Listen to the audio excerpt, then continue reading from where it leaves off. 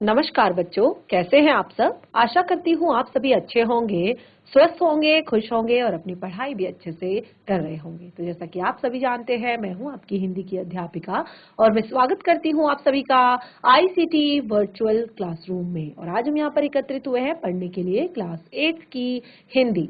Class 8 की हिंदी में इससे पहले हम पढ़ रहे थे अपनी वसंत पाठ्य पुस्तिका भाग 3 का चैप्टर, और इसके बाद जो हमारा एक गद्यखंड से रिलेटेड चैप्टर था और उसमें हमने यहाँ पर काफी सारी अच्छी चीजें जानी। हमारा चैप्टर जो है काफी ज्यादा इंटरेस्टिंग था कि क्या निराश हुआ जाए।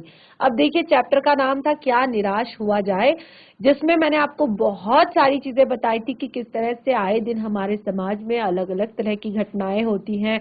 बहुत सारी चीजें ऐसी होती हैं जो हमें अंदर से निराश कर देती है, हताश कर देती है, यानी कि एक तरह से डिसअपॉइंट कर देती हैं और हम बहुत ज्यादा आशाहीन हो जाते हैं और विश्वास एक तरह से जो है लोगों पर से हम करना छोड़ देते हैं, विश्वास नहीं कर पाते जल्दी से।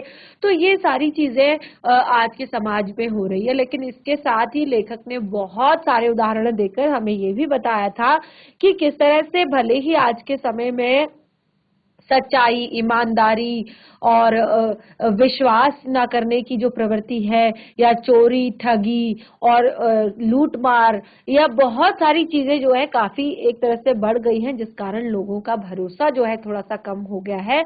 लेकिन ये सारी चीजें खत्म नहीं हुई है, लोगों की ईमानदारी खत्म नहीं हुई है, लोगों की सच्चाई खत्म नहीं हुई है, लोगों का महिलाओं के ऊपर जो एक तरह से भरोसा करना है, या महिलाओं के ऊपर जो एक तरह से महिलाओं के ऊपर अत्याचार करना है, वो थोड़ा सा एक तरह से कम हुआ है। महिलाएं आगे आ रही है और महिलाओं का सम्मान हो रहा है।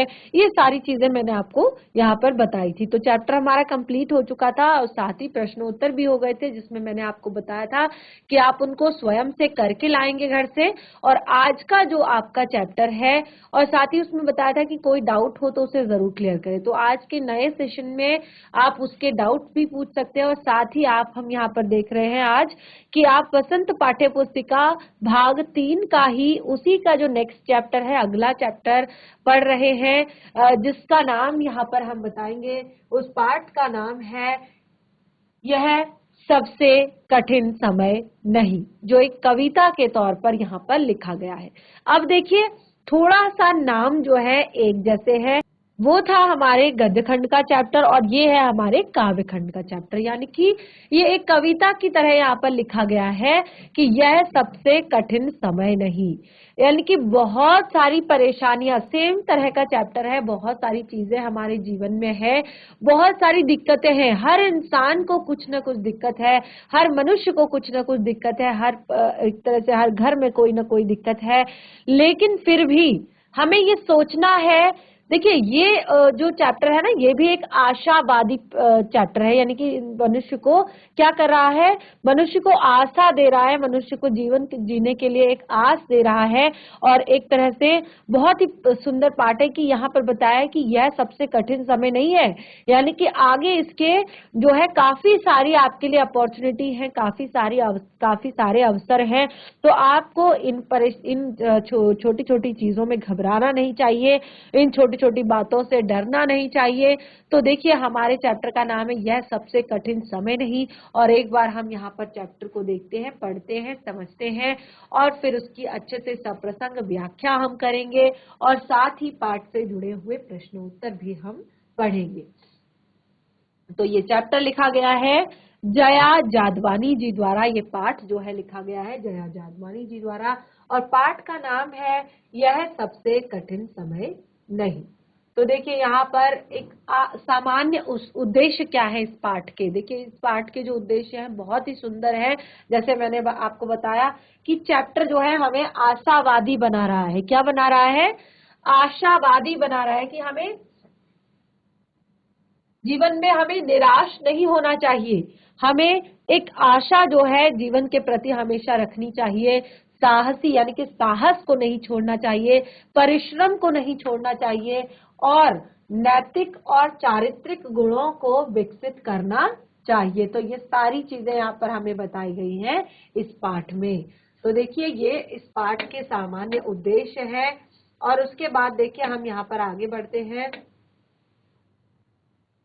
और देखिए यहाँ पर विशेष उद्देश्य क्या है, क्या कहने की कोशिश की गई है, कहने की कोशिश की गई है कि समय चाहे अच्छा हो या बुरा हो, ठीक है, समय चाहे अच्छा हो या बुरा हो, क्योंकि चैप्टर का नाम ही है कि यह सबसे कठिन समय नहीं। कभी भी जीवन में ऐसा इतना निराश नहीं होना है कि यार मेरे जीवन में तो अब सब कुछ खत्म हो गया है, अब आगे शायद कुछ अच्छा नहीं हो सकता, या इससे बुरा और क्या होगा मेरे साथ। जैसे कई बार हम बहुत ज्यादा निराश हो जाते हैं ना, तो इससे बुरा और क्या होगा मेरे साथ, तो बहुत ज्यादा निराश हो जाते हैं। और ये निराशा जो है यही क्या करती है, हमें जीवन में आगे नहीं बढ़ने देती है, हमें अपने लक्ष्य की तरफ अग्रसर नहीं होने देती है। तो ऐसा यहाँ पर नहीं कहा गया है कि आप हमेशा निराश, मतलब अपनी परिस्थितियों से आप निराश रहो। आपको क्या करना है, ये सोचना है कि अरे ये सारी चीजें तो आनी जानी है, ठीक है ना। तो समय चाहे अच्छा हो चाहे बुरा हो, हमें सभी परिस्थितियों में का सामना करना चाहिए। और देखिए यहाँ पे आप एक चीज देखेंगे, इसमें ये भी बताएंगे कि जितना चाहे बहुत अच्छा समय हो ना, तो भी बहुत ज्यादा खुश नहीं होना चाहिए, क्योंकि यही चीजें हमें जो हमारा एक हमारे अंदर की जो एक गंभीरता है कि हम खुशी में भी बहुत ज्यादा खुश नहीं होते और दुख में भी बहुत ज्यादा दुखी नहीं होते। तो यही चीजें हैं जो हमें एक तरह से अंदर से साहसी बनाती हैं, अंदर से हमें क्या बनाती है, एक अच्छा इंसान बनाती है कि हम कितने ज्यादा गंभीर रहते हैं अपनी चीजों के लिए। तो खुशी में भी बहुत ज्यादा खुश नहीं होना है, दुख में भी बहुत ज्यादा दुख नहीं होना है, क्योंकि अगर जितना ज्यादा आप खुशी में खुश होंगे ना, उतना ज्यादा अगर कभी आपको दुख आएगा तो आप फिर उसको सह नहीं पाएंगे, उसको आप झेल नहीं पाएंगे।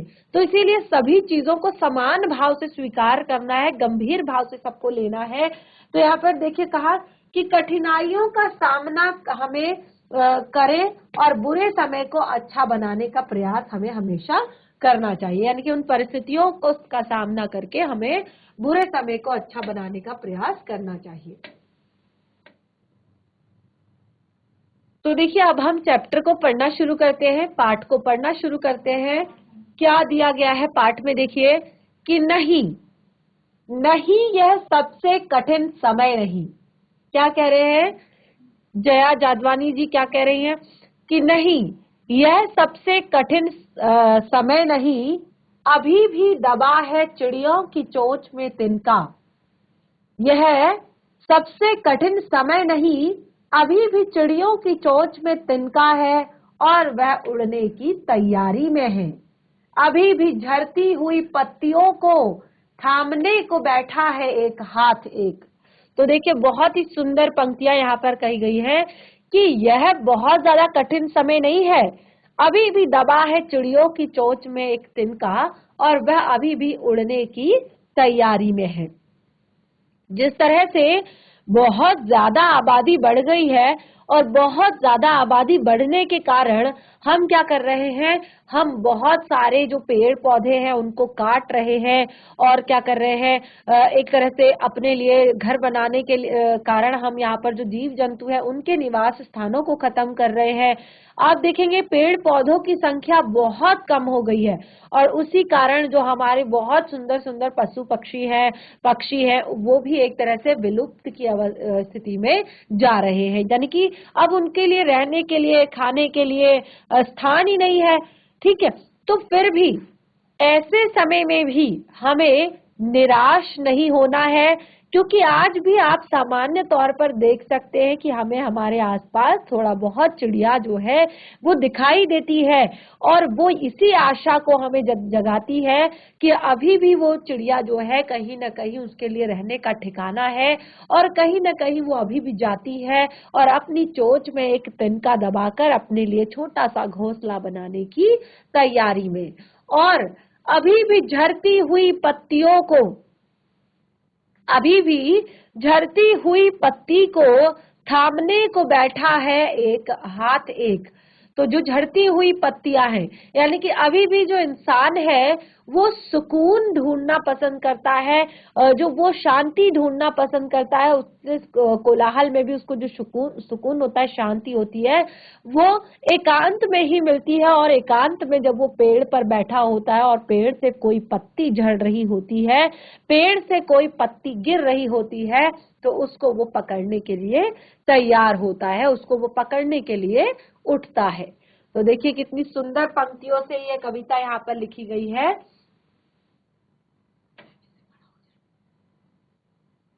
तो देखिए आगे है इस कविता का भावार्थ। कौन करेगा इसको रीडिंग? वैसे तो मैंने एक्सप्लेन कर दिया है, कौन करेगा? तो देखिए हमने पहले काव्यांश को यहाँ पर पढ़ा और उसके अनुसार क्या है उस काव्यांश का भावार्थ। तो इस काव्यांश का भावार्थ है कि पक्षी की चोंच में आज भी तिनका दिखाई देता है। पक्षी की चोंच में यदि आज भी आपको तिनका दिखाई देता है तो समझ लीजिए कि जीवन की आशा आज भी बची है। जैसे मैंने बताया ना कि हमने, क्योंकि मनुष्यों की जनसंख्या जो है इतनी ज्यादा बढ़ गई है और इतनी ज्यादा बढ़ गई है, हमने क्या किया है, अपने रहने के लिए उनके निवास स्थानों को, यानी कि बहुत सारे जनसंख्या में बहुत सारी मात्रा में हमने पेड़ काट दिए। बहुत बड़े बड़े जंगलों में हमने एक तरह से पेड़ कटवाकर क्या कर दिया, वहां पर प्लॉट कट कर दिए, प्लॉट कटिंग कर दी, वहां पर लोग घर बनाने लगे हैं, शहर बसा दिए हैं, फैक्ट्रियां लगवा दी हैं, एक तरह से पूरा इंडस्ट्रियल एरिया हमने उसमें बसा दिया है, बहुत बड़े बड़े जंगल काटकर। तो इससे क्या हो रहा है, जैसे मैंने बताया कि बहुत सारे पशु पक्षी जो है वो क्या हो रहे हैं, विलुप्त होने की कगार पर है। और इस तरह से क्या हो रहा है कि धीरे धीरे क्या हो रहा है, अगर इसी तरह से हम सोचते रहते कि अगर इसी तरह से रहा तो क्या होगा कि एक दिन मनुष्य का जीवन भी जो है खतरे में पड़ जाएगा, मनुष्य भी जो है एक तरह से खतरे में आ जाएगा। तो देखिए उनके अनुसार यदि पक्षी की चोंच में आज भी आपको तिनका दिखाई दे रहा है तो समझ लेना कि अब भी जीवन में आशा जीवित है और बहुत कुछ शेष है। आपको लगता है, अगर आपको दिखता है तो बिल्कुल भी निराश नहीं होंगे जीवन से।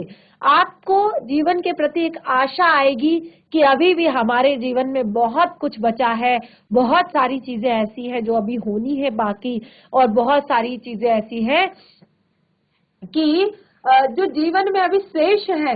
क्योंकि देखिए आज पक्षियों के सभी आश्रय स्थल समाप्त हो रहे हैं, परंतु उनके चोंच में तिनका इस बात की ओर संकेत करता है कि उनका अस्तित्व आज भी कायम है। देखिए जैसे मैंने कहा ना कि उनके आश्रय स्थल समाप्त हो रहे हैं, उनके जहां पर वो रहते हैं वो चीजें हमने खत्म कर दी हैं, लेकिन अगर कहीं पर चोंच में तिनका अगर आपको किसी चिड़िया के दिखाई दे तो लगेगा कि हाँ अभी ये समाप्त होने की कगार में नहीं है, इनका अस्तित्व है अभी भी, यानी कि ये अभी भी जीवित है, कहीं ना कहीं पे ये अभी भी है। तो इस तरह से अभी भी ऐसे हाथ विद्यमान हैं जो पक्षियों को हाथ पर गिरने से प्रसन्न होते हैं, पत्तियों के हाथ पर गिरने से प्रसन्न होते हैं। क्योंकि देखिए जैसे मैंने आपको क्या बताया कि इंसान के पास समय नहीं है, आज के टाइम में इंसान के पास इतना टाइम नहीं है, समय नहीं है कि वो जाकर प्रकृति की गोद में जाए, प्रकृति के साथ अपना समय व्यतीत करे।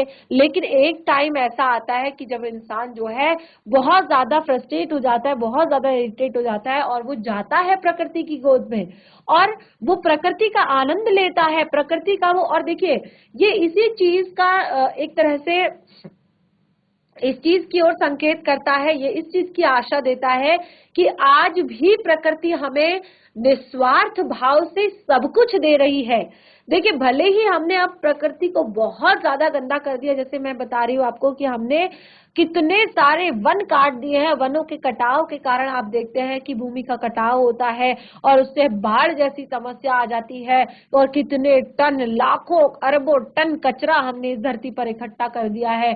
और जब भी हम देखते हैं, हम पहाड़ों पर घूमने जाते हैं या कहीं भी घूमने जाते हैं, दुनिया भर का कचरा हम वहां पर करके आ जाते हैं। तो इस तरह से क्या हो रहा है कि ये पर्यावरण पर इसका बहुत ही बुरा प्रभाव पड़ रहा है। और आप देखेंगे कि समय समय पर बहुत बड़ी बड़ी आपदाएं आ रही हैं, प्रकृति का संतुलन बिगड़ रहा है।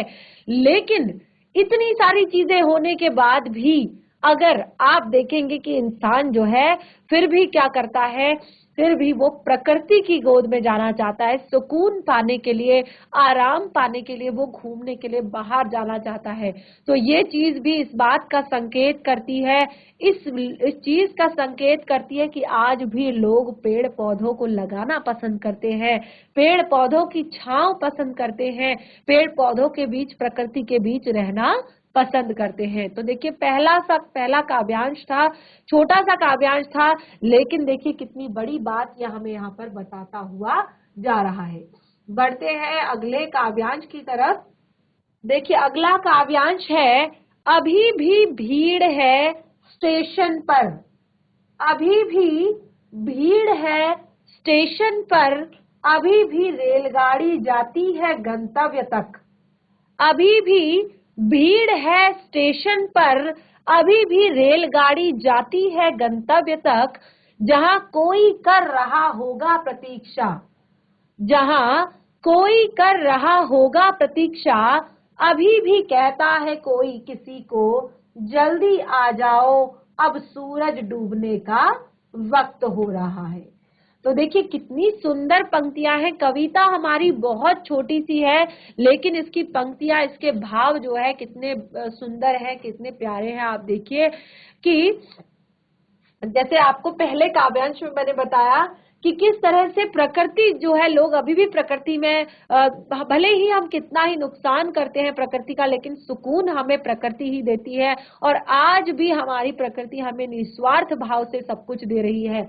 तो उसी तरह से देखिए अगले काव्यांश में कि अभी भी भीड़ है स्टेशन पर। देखिए ये सब चीजें हमारे अंदर ना, क्योंकि आज की जो एक भीड़ भाड़ वाली जो हमारी जिंदगी है, एक तनाव से भरी हुई जो हमारी जिंदगी है, या कहें तो पूरा दिन जो हमारी व्यस्तताओं से भरी हुई जो जिंदगी है, लाइफ है। अब देखिए आपका ही जीवन देख लीजिए, सुबह आप लोग स्कूल आते हैं, सुबह फटाफट तैयार होते हैं और स्कूल के लिए रेडी होते हैं, फिर आप स्कूल आते हैं, फिर दिन भर आप स्कूल में रहते हैं, फिर शाम को जब आप स्कूल जाते हैं, स्कूल से घर जाते हैं, फिर आप लंच करते हैं, थोड़ी देर आपको रेस्ट करना नहीं होता कि आपको होमवर्क करना होता है। या कई बच्चे जो है एक्स्ट्रा ट्यूशन क्लासेस, एक्स्ट्रा जो स्टडी कोचिंग लेते हैं, पढ़ाई करते हैं एक्स्ट्रा चीजों की, तो वो उसके लिए पढ़ते हैं, फिर शाम को वो अपना होमवर्क करते हैं।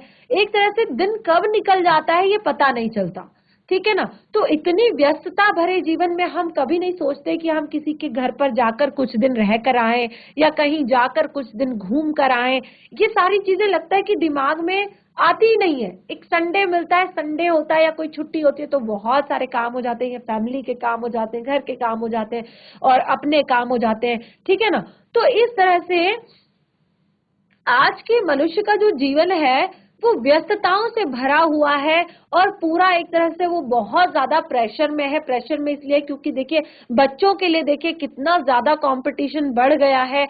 एक टाइम होता है कि पहले के टाइम पे 18-19 साल के बच्चे भी, 19-20 साल तक बच्चे भी अपनी 12th कंप्लीट करते थे, लेकिन आजकल 16 तक में 12th कंप्लीट करके फिर ग्रेजुएशन, फिर पोस्ट ग्रेजुएशन, फिर उसके आगे की पढ़ाई, फिर उसके आगे की पढ़ाई। तो बहुत सारा कंपटीशन है, बहुत सारी चीजें करनी है जिंदगी में, और एक तरह से अगर थोड़ा सा रुक गए या थोड़ा सा कहीं पर ब्रेक ले लिया तो डर होता है कि कहीं पीछे ना रह जाएं, ठीक है। तो इस तरह के जीवन में इंसान के ऊपर, माता पिता के ऊपर, बच्चों के ऊपर, सबके ऊपर बहुत ज्यादा प्रेशर है, और ऐसे में हम कभी भी बिल्कुल नहीं सोचते। तो ऐसे भीड़ भाड़ वाले समय में हमारे पास बिल्कुल टाइम नहीं है कि हम किसी के पास जाएं।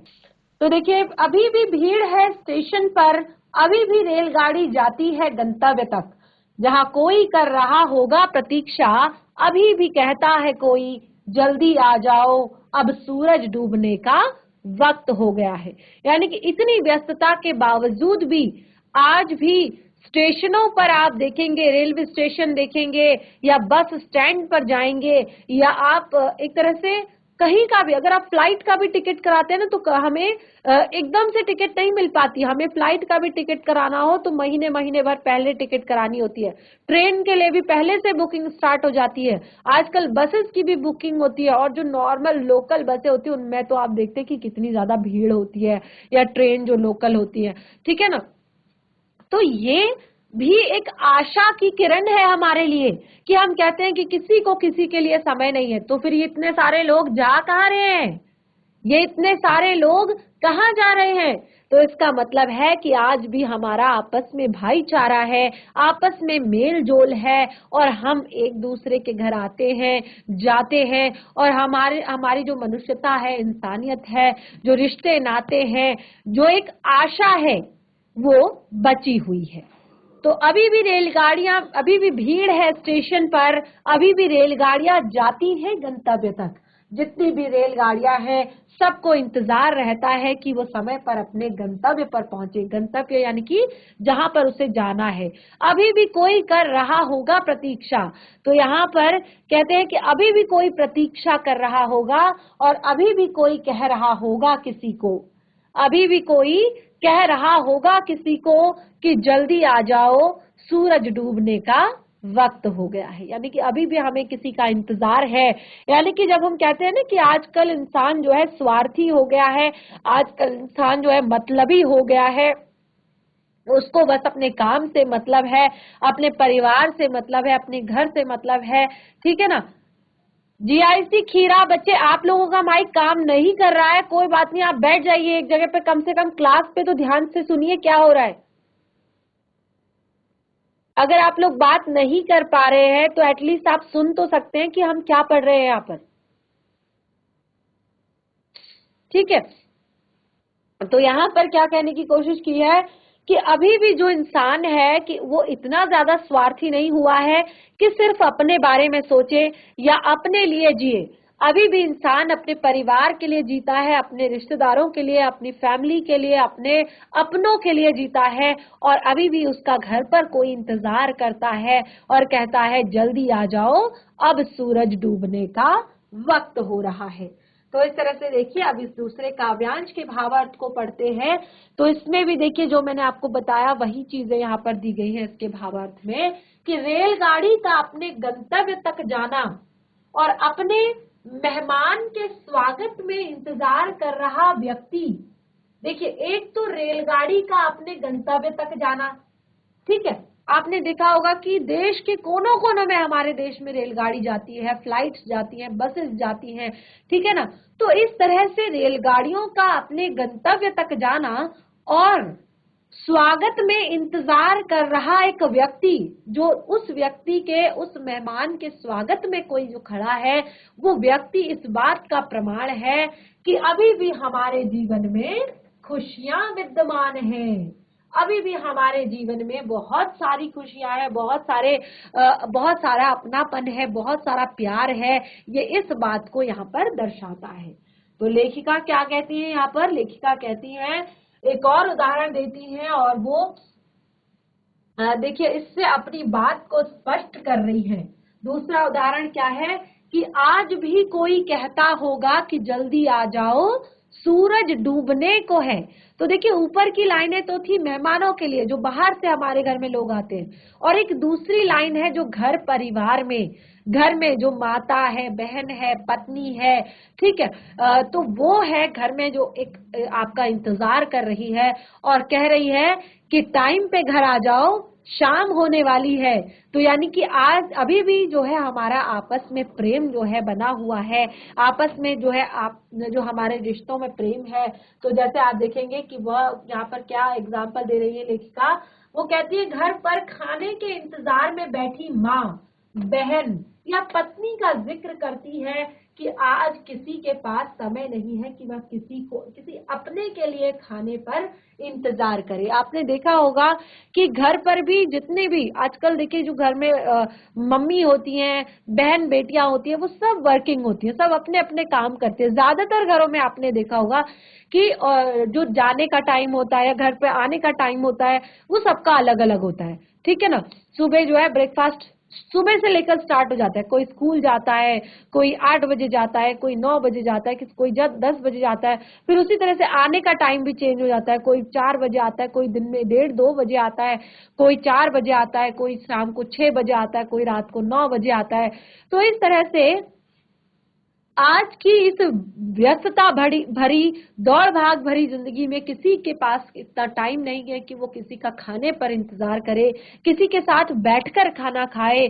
लेकिन फिर भी ये जो घर पर माँ, बहन, पत्नी जो इंतजार कर रही हैं, जो कहती हैं कि जल्दी आ जाओ, सूरज ढलने वाला है, शाम होने वाली है, इतनी देर हो गई, कहाँ हो आप अभी तक।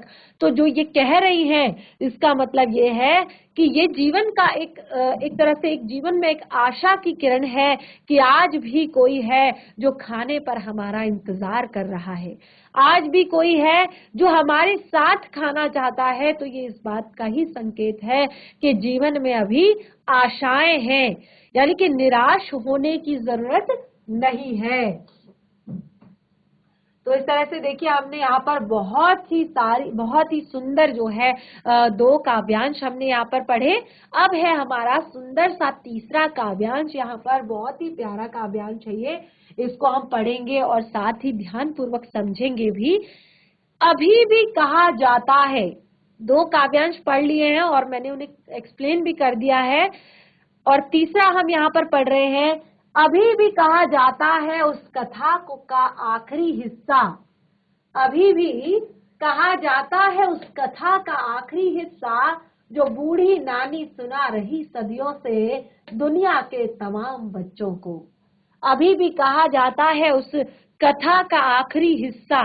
अब यहाँ पर आखिरी हिस्सा क्यों कहा है ये भी सुन लीजिए, क्योंकि अब बहुत ज्यादा मुझे लगता है ना कि एक तरह से जो फैमिलीज हैं, अब एकल परिवार ज्यादा हो गए हैं, यानी कि जॉइंट फैमिलीज जो है बहुत कम हो गई है, एकल परिवार ज्यादा हो गए हैं। जॉइंट फैमिली जो होती है, यानी कि जो संयुक्त परिवार होता है, उसमें दादा दादी, चाचा चाची, बुआ, सारे जो है मिलकर रहते हैं, मम्मी पापा बच्चे सब, ठीक है। लेकिन आजकल जो है सब जगह कोई अपनी जॉब के कारण पलायन कर रहा है, कोई अपने बच्चों की पढ़ाई के रीजन से पलायन कर रहा है, तो घरों से दूर दूसरे शहरों में वो चले जाते हैं, और इस तरह से बच्चे जो है अपने माता पिता के पास ही रहते हैं। तो जहां पर बच्चे केवल अपने माता पिता के पास रहते हैं, उन्हें कहते हैं एकल परिवार, ठीक है। एकल परिवार में क्या होता है कि वहां पर दादा दादी तो होते नहीं, तो इस तरह से बच्चों को एक तरह से जो मोरल चीजें हैं, पहले के बच्चे क्या होते थे कि ज्यादातर चीजें किससे सीखते थे, अपने परिवार से, अपने अपनों से, अपने दादा दादी से, अपने नाना नानी से, वो पुरानी चीजें पुरानी बातें उन्हें सिखाते थे, और उनका जो है नैतिक विकास होता था इस तरीके से। देखिए, नैतिक विकास तो ऐसा नहीं है कि आज भी नहीं होता बच्चों के अंदर, लेकिन बहुत कम। तो इसीलिए कहा है कि उस कथा का आखिरी हिस्सा, यानी कि समझो कि आखिरी हिस्सा है, लेकिन फिर भी आशा दी गई है कि खत्म नहीं हुआ है, अभी भी आज भी कहा जाता है उस कथा का आखिरी हिस्सा, जो बूढ़ी नानी सुना रही सदियों से दुनिया के तमाम बच्चों को, और अभी भी आती है एक बस अंतरिक्ष के पार से, अभी भी आती है एक बस अंतरिक्ष के पार से, लाएगी वह बचे हुए लोगों की खबर, नहीं यह सबसे कठिन समय नहीं। तो अभी भी एक जैसे बच्चों को कहानी सुनाई जाती है ना कि अंतरिक्ष के पार से भी हमें जो है लोग होते हैं, अंतरिक्ष के पार भी लोग आते हैं, एक बस आती है वहां से खबर लाती है, यानी कि इस तरह की बहुत सारी कहानियां जो हमें दादी नानी सुनाती थी, जो हमारे एक तरह से अंदर नैतिक विकास, हमारे अंदर जो शब्दकोश का विकास, बहुत अलग अलग चीजों को एक तरह से डेवलपमेंट बहुत अलग अलग तरह का करने के लिए, तो वो चीजें आज भी खत्म नहीं हुई है, भले ही कम जरूर हुई है, लेकिन खत्म बिल्कुल भी नहीं हुई है। तो इसीलिए यहाँ पर लास्ट में कहा है कि नहीं, यह सबसे कठिन समय नहीं। तो इसको आप सबसे कठिन समय सोचकर, इसको आप सबसे कठिन समय सोचकर आप चुप नहीं रहेंगे, शांत नहीं रहेंगे, दुखी नहीं होंगे। तो देखिए क्या कहा है भावार्थ में, नानी या दादी द्वारा कहानी सुनाकर जाना, ठीक है, नानी या दादी द्वारा कहानी सुनाया जाना, यह संकेत करता है कि यह सबसे कठिन समय नहीं है, नहीं हो सकता, अब भी जीवन में आशा और खुशियों का होना शेष है। तो आज हमने जो कविता हमारी जो यहाँ पर पढ़ी कि यह सबसे कठिन समय नहीं, इसकी नाम से ही आपको पता चल रहा है कि यह हमें प्रेरित कर रही है, हमें प्रेरणा दे रही है, हमें आशावादी बना रही है, हमें साहसी बना रही है जीवन के लिए, क्योंकि यह हमें प्रेरित कर रही है कि अभी भी ये सबसे कठिन समय नहीं है। यानी कि आप थोड़ी बहुत परेशानियों से बहुत ज्यादा परेशान मत होना, थोड़ी बहुत दिक्कतें आने से बहुत ज्यादा दुखी मत हो जाना, क्योंकि ये जीवन का सबसे कठिन समय नहीं आया है। तो इस तरह से आज का जो हमारा ये चैप्टर है ये यहाँ पर कंप्लीट होता है, यानी कि कविता को हमने पढ़ लिया। नेक्स्ट सेशन में हम इसको एक बार रिवाइज करेंगे और इसके आगे जो चीजें हैं उसको पढ़ेंगे और साथ ही पाठ से जुड़े हुए प्रश्न उत्तर भी पढ़ेंगे। तो इस तरह से आज का सेशन हमारा यहीं पे समाप्त होता है। तब तक के लिए धन्यवाद। आपका दिन शुभ हो।